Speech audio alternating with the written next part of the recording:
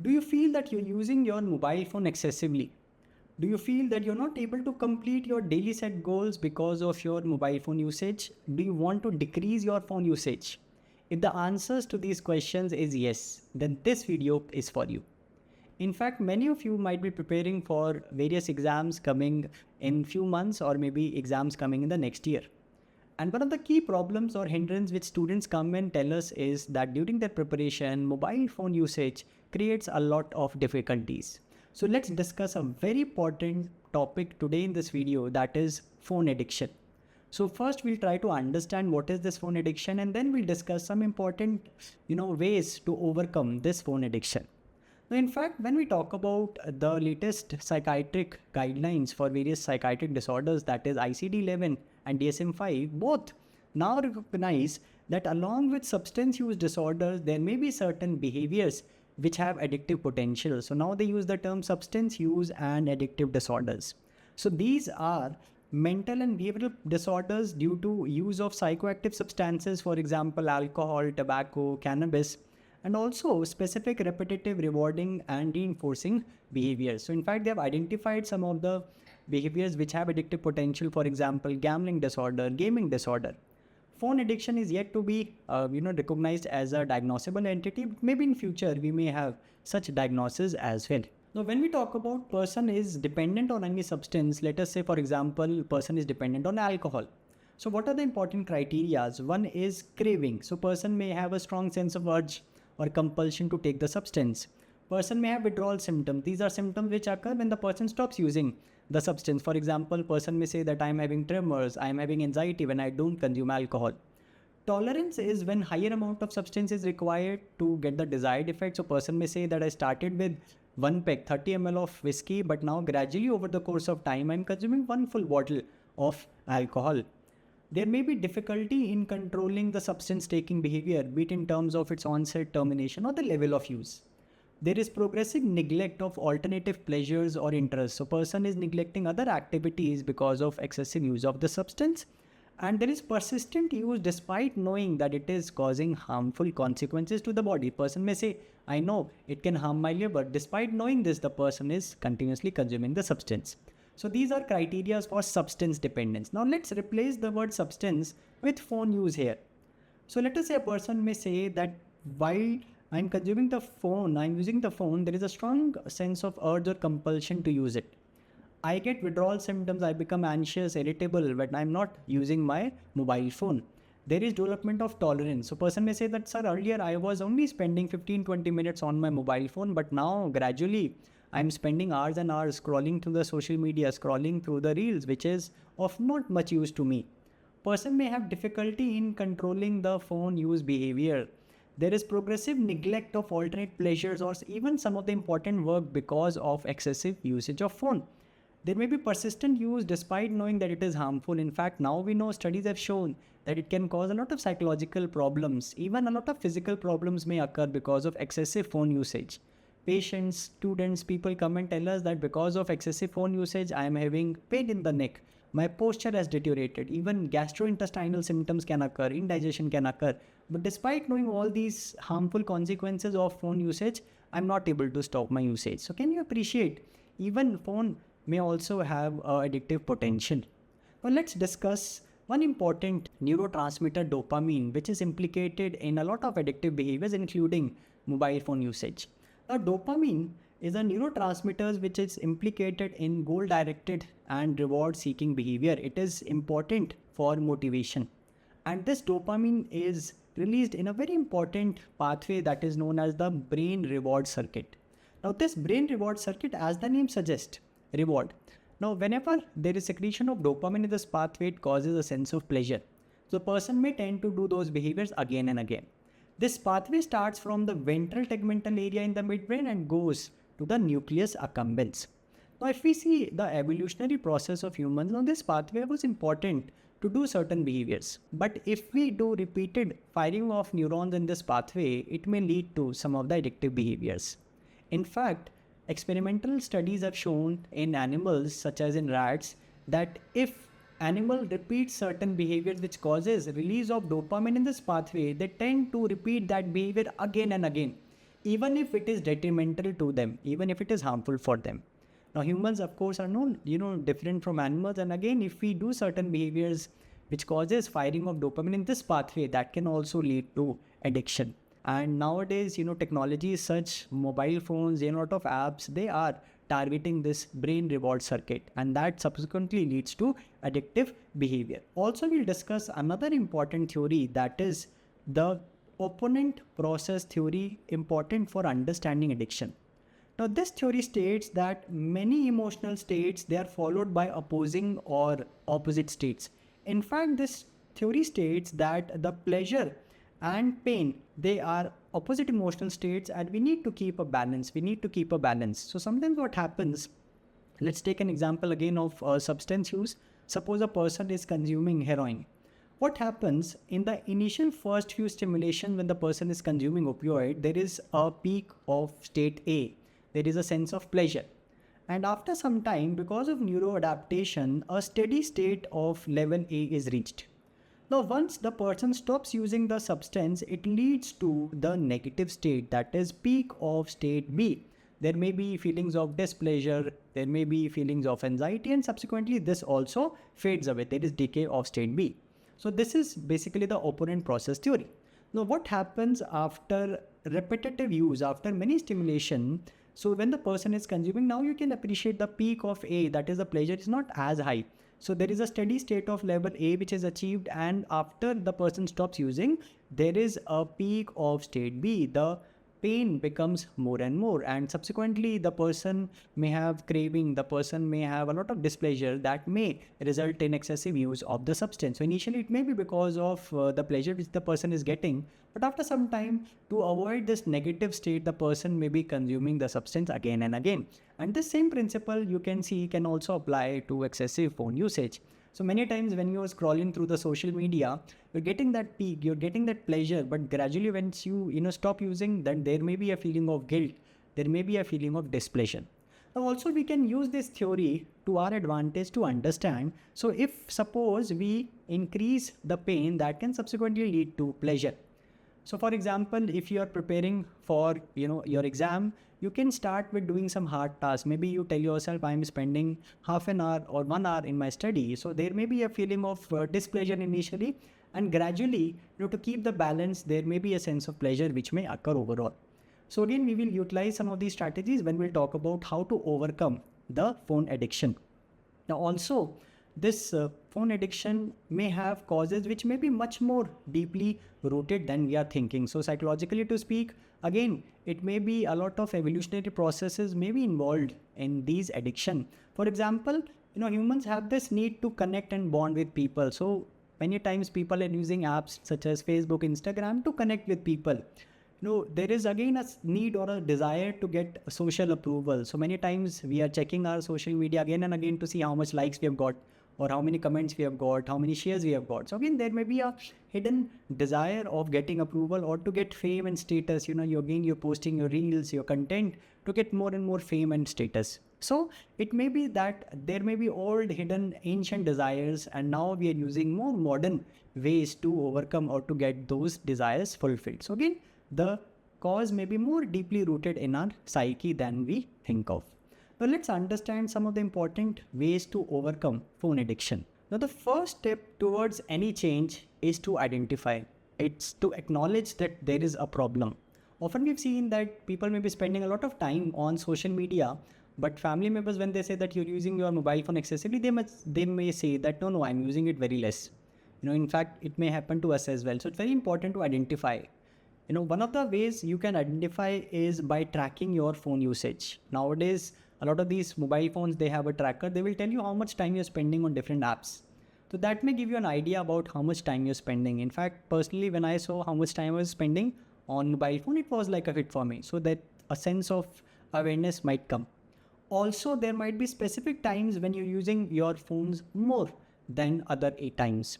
Many times students say that after finishing my studies in the night, I start using mobile phone. Some students say that when I get up in the morning, the first thing which I do is I pick up my phone, I scroll through the social media. So it's very important to identify these specific times so that you can replace them with some other acts. And often you'll see that many times we are using mobile phones before sleeping, after waking up. So it also may affect our sleep cycle. So very important to identify these times. And also there might be certain triggers. Sometimes students say that, my MCQs are not going well. I just leave those MCQs and I pick up my phone and I scroll through the social media. I'm studying and there is a topic I'm not able to understand. I stop that topic and I pick up my phone and I scroll through the mobile phone. So there might be certain triggers. Try to identify your triggers so that you're able to replace mobile phone usage with some other activity. So first and foremost, very important is to identify. Now the second important way which we'll discuss is very important. Modify the environment. Sometimes discipline, motivation might be too much overrated. It is modifying the environment that can be of really help. So we know that cues can initiate a habit. In fact, many times people who are consuming substance, they come and say, for example, a person who is consuming alcohol will say that, even a smell of alcohol, if I see my friends with whom I consume alcohol, I see them around, that, is a cue for me. That creates a sense of urge to consume the substance. So can you appreciate that by changing the cues, by changing the environment, we can change certain behaviors. So what we need to do is, we need to make cues of desired habits more obvious. So the more obvious the cues are, the more likely you're going to do certain behaviors. And what we can do is, we can make the cues of undesired habits invisible. And often this principle is used in so many places. You are going for shopping in a grocery store. There may be certain articles which will be more within your reach, will be more obvious, and you tend to buy those snacks or those items more rather than some of the healthy items which you need to buy. They might be hidden. They might be less in your vicinity and you tend to buy them less. So it's very simple principle. The more obvious a cue is, the more likely you're going to do that act. So let's make the desired habits cues more obvious. So maybe you can have books around you. Try to keep your mobile phones away. So we'll discuss some of those strategies, and also remember, use one place for one use. So one space I will use for one particular thing. And again, we use this principle in so many other ways. For example, somebody who's having sleep problems, we tell them that use your bed to sleep. Don't, eat on bed, don't watch television on bed, don't read on bed. So that when you come on bed, the brain gets a signal that now it's time to sleep. So we are trying to associate one space for one use. So that also you can do. So let's see how we can modify the environment so that our phone addiction might decrease.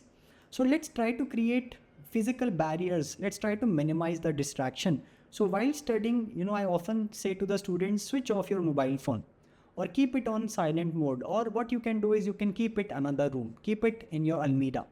For the time, for the session, let us say you're studying for 1 hour. So keep it, away from you. Because if it is not nearby you, there will be less chances that you're going to use it. And again, let me tell you, we have this thing in mind that what if something urgent may come? Usually there is nothing such urgency would come in the next 1 hour. So try to create certain physical barriers. Also, what you can do is you can rearrange the home screen. Sometimes all the social media apps, all those apps are there on the front screen. What you can do is you can again shift them to the latter screen, so that the less you see them, the less chances are that you're going to open those apps. Also, what you can do is don't use your mobile phone for all the tasks. So that is what I said, that use one space for one thing. So what you can do is use your mobile phones to call, maybe, to text some important messages to friends or family. For apps, what you can do is you can shift to browsers, because when you're shifting to browser, what you have to do is you have to each and every time you have to log in. So that again is creating a barrier, and maybe you'll use these apps less often. So try to create those barriers. Turn off notifications. Now, you're studying, you're having a very good time, and suddenly there is a notification, suddenly there is a voice, and what one tends to do, one tends to get distracted and go towards the mobile phone, pick it up. And often what happens that just picking up for 1 second leads to use of phone for the next 15-20 minutes, and the rhythm for studying may get disrupted. So it's very important to turn off the notification. Again, this is something which has been, in us, which has occurred through evolution. When humans were primates, small sudden change in the environment, small noises would make our attention go there. And that is what now is happening when we see these notifications. So a lot of these things are, related to our evolutionary process as well. So it's very important to turn off the notification. Also nowadays, apps are there that will help you track how much time you're spending, and also there are apps which will, log you out from social media for a particular time. So sometimes you can use these modern day solutions for the modern day problems. So even in fact, you can use them as well. Also, remember, whenever you have problem, you can always ask for help. You can ask your family members. If you're staying with your family, in the night, you can just give them their, your phone and say that I'll take up my phone in the morning, or whenever there is time, whenever I have a particular time of using my mobile phone, I'll take it from you. So that can also help. Also have people around you who have similar goals. It's very important to modify your surroundings. Have people around you who help you grow, who help spread positivity. Very important. The more people you have who are helping each other, you will see the more inclined you will be towards your goal. So try to modify the environment to your advantage so that it will help you grow, help you reach your goal. Next, very important is self-control. Now, self-control, I'm sure it is much easier said than done. But again, let's understand this. And when I say self-control, I always say know your why. It's very important to know why you're doing something. So it is your calling. So if you're studying, why you're studying, try to identify why you're doing this. That will make the journey a bit easier. Now this why can be an external motivator. So there may be something in the goal. So maybe when you've cleared the exam, there might be something attractive in that goal which is pulling you towards it.